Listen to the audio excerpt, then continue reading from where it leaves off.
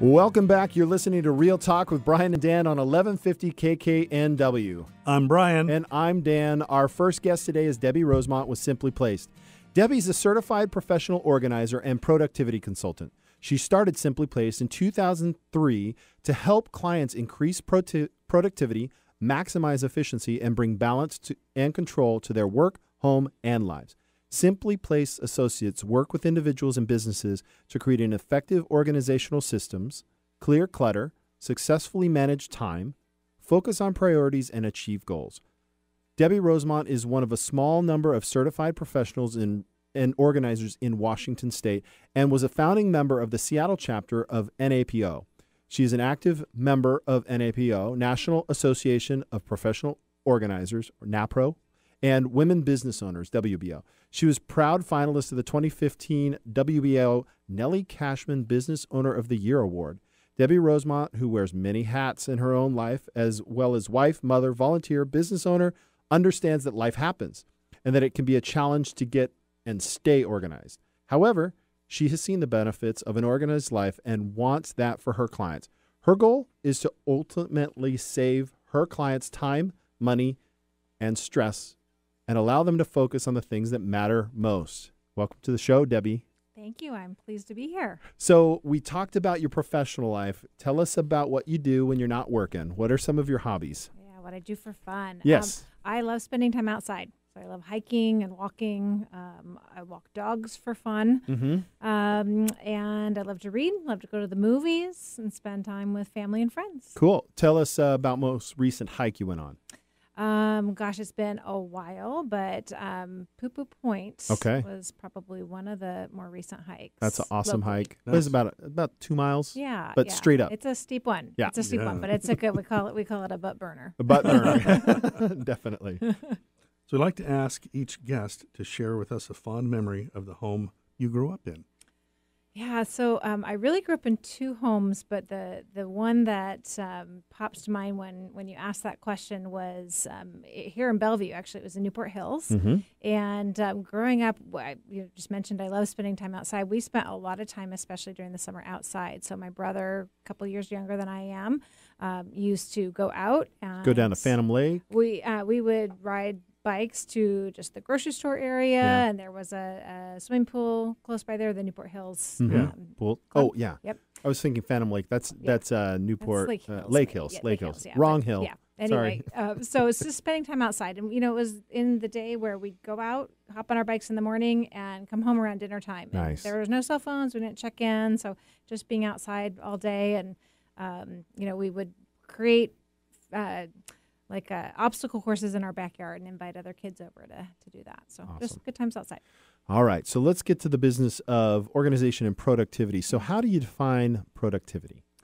I think of productivity as achieving desired results. So some people think of it as just, cranking out more work or getting more done. But if I go on vacation and what I want out of that vacation is to rest and connect with family or rejuvenate, and I work during that vacation and I get work done, have I been productive? Well, I've gotten work done, but I didn't achieve what I set out to do. So therefore, it wouldn't have been considered a productive vacation in that regard. Oh, I get it. Right? So achieving desired results is kind of the definition I like to keep in mind when we're talking about. So having a productive vacation would mean not working on vacation? If your goal of vacation is to rest and rejuvenate. That's weird. That'd be weird. You ever had one of those vacations, Brian? Oh, yeah.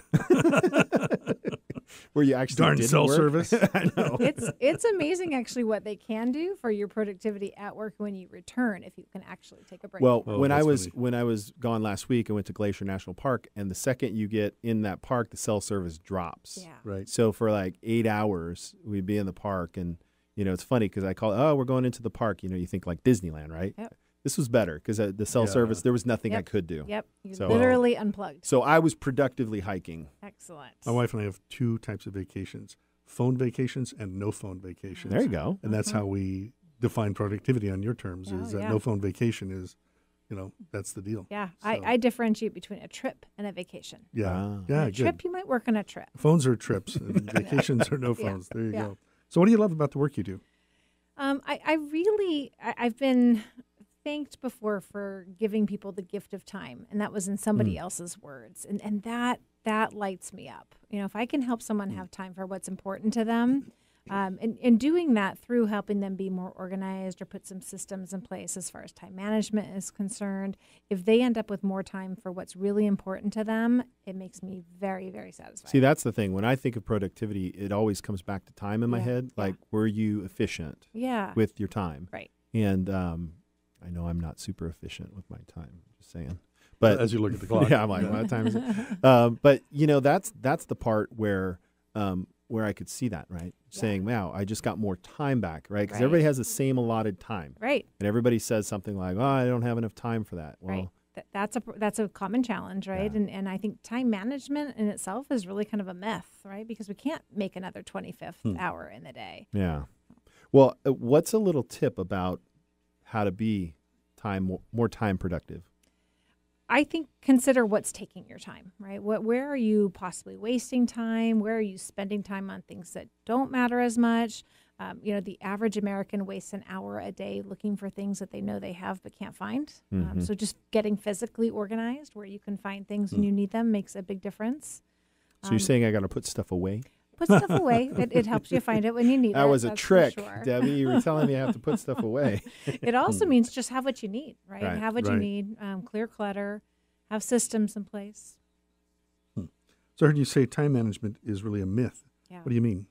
Well, I mentioned, we can't fabricate another hour in the day, right? We are all defined by these 24 hours. So how we spend the time matters. I think we can manage not more time in the day, but we can manage our energy and we can manage our attention. So learning how to focus on one thing at a time instead of multitasking. Thinking about how you take care of yourself in the day.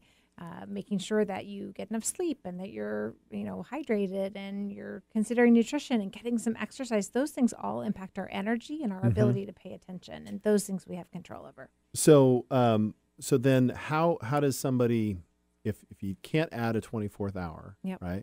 How do you then increase being more efficient with the time? I think there's efficiency, and I also think there's effectiveness. So efficiency is doing things in the fastest or best way possible, and effectiveness is doing the right things. So being clear on what's important to you, being clear on your values, making sure that the way you spend time matters to you, to those you're hoping to impact, and then doing things, like I said, to reduce any waste. So don't waste time looking for things that you have but can't find. So how do you help a business or an individual do that in their workspace right now? What's a practical solution? So a practical solution would be to clear clutter, like get rid of excess, like get physically rid of move physically get rid of stuff that's not adding value to the space or your work or your life. That's one suggestion. And so does that mean you'll come to somebody's office, sit down next to them, and like scowl at their dirty desk? There's no scowling. No scowling. Because there's no judgment. No judgment in time. No judgment. That's good. That's very sincere. So no scowling. But we do want to meet people where they're at, and we do help them identify what their challenges are, because some people don't know. They think they could be more efficient, more effective, but they don't know where their time is going. So we might help them track their time for a while. We might help them consider their physical environment.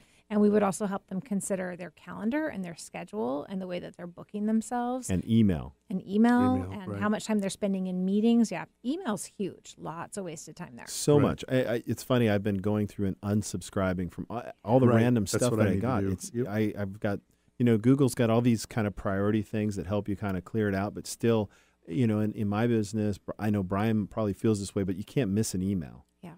Right. So how do you filter things out, and then suddenly you didn't get an important email from somebody? Yeah. So we teach an awesome system to help people process, not check their email. So when you're just checking email and you're looking at something and then you're moving on to the next one, it's possible that then, that one that you read that needs action is going to be buried by new emails the next day or the next. Right. So processing, getting email out of your inbox that needs action and into a task management system is important. Deleting emails that you don't need. That's clutter. If you don't need it, let's get rid of it.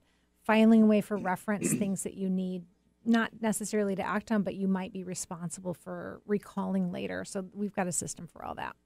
Awesome. What's one thing your clients have in common?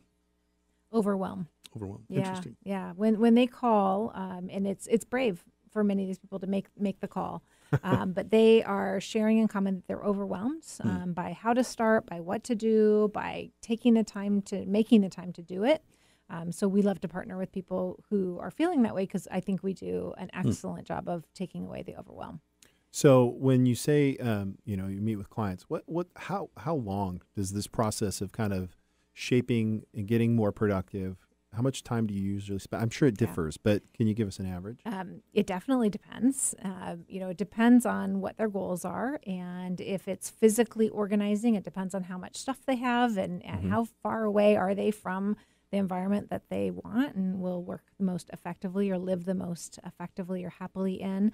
So I personally don't, as a consumer, I don't like the answer when I ask the question, how much or how long or how many. Right. It depends, but it totally depends. Right. Totally depends. So, we have clients that will have us come in to, just organize a kitchen or just organize an office or just help them figure out some struggles with time management if they don't feel like they have enough time in their day. And they may have a single session, a single consultation where we're packing in some information, and then they're going to do the implementation on their own. And we have others who want us to come and partner with them to help hold them accountable for implementing and for doing the work with them. And that could be, multiple sessions. It could be 12, 24-hour package of time. Depends, yeah. So you work very flexibly when it comes to the job at hand that's needed, whether they're trying to gain some time or be more productive with their time. Right. Do you have a story that stands out that was just like changed somebody's career or their life or something like that? Yeah.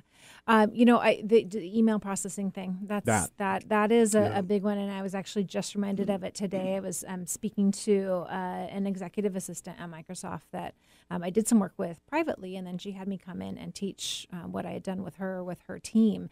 And she still to this day talks about what a huge difference that made. She had thousands and thousands of emails in her inbox, and she wasn't sleeping well at night because she was fearful that something would slip through the cracks, or she had so much on her plate. And so really just working with her on a better system for processing email made a world of difference for her. And this is years later. We continue to do some work together, and she's referred me in to work with other people there. She keeps talking about it. She's one of my biggest advocates. Awesome. That's great. Yesterday, I read an article, an interview of a broker who specializes in luxury homes. Yeah. And she has worked with several billionaires. And one of the questions was, what do you see in common? What characteristics do you see in common in all of them? And she said, their focus on the importance of time. Yeah. And their productivity. Yes. That's partially led to their success, is the ability to delegate and focus and manage their time. Yep. So Debbie can help you be a billionaire. Well, perhaps. Yeah. You never know. Well, let's keep talking. So what are the bigger takers of time? Why are we so busy but not having time for what matters most? We've talked about email. Yep. We've talked about physical clutter and physical disorganization. Lots of time spent in meetings for busy professionals. Meetings, we hear that, right? Just meetings that aren't necessarily productive. Not delegating. So you just mentioned that, not delegating to other people what they could do for us to free up our time to do the things that only we can do. So if we spend time, in the trivial many, we're not getting to the vital few. So those are a few things: lack of prioritization, lack of planning. Awesome. Yeah, majoring in minors. Yes. Yeah, we have a fantastic assistant, Gabby, and Gabby and I have been working together now for 3 years, and we keep working like more things off my plate, more things onto her plate that can be easily, something that she can focus on because she's sitting at this while Brian and I are running around, doing various appointments, and that's been a game changer. I was talking to a colleague of mine. He's like, I need one of those. Where do I get one of those? Yes. So Debbie, tell us how our listeners can get a hold of you. Yeah, a couple ways. Website is an easy way, and we're at www.itssimplyplace.com. Phone number, and give us a call at 206-579-5743. And we're pretty active on social media. So Instagram, Facebook, Twitter, Simply Placed is the handle. So we're easy to find, and we love to have community there and have great conversations around all things organization and productivity. Awesome. Thank you for joining us today. Thanks for having me. It's been a pleasure. After the break, we have in studio Scott Didion with Green City Pest Control. We'll be discussing how rats can easily destroy the sale of your home. Oh, yeah. Stay tuned after the break for more.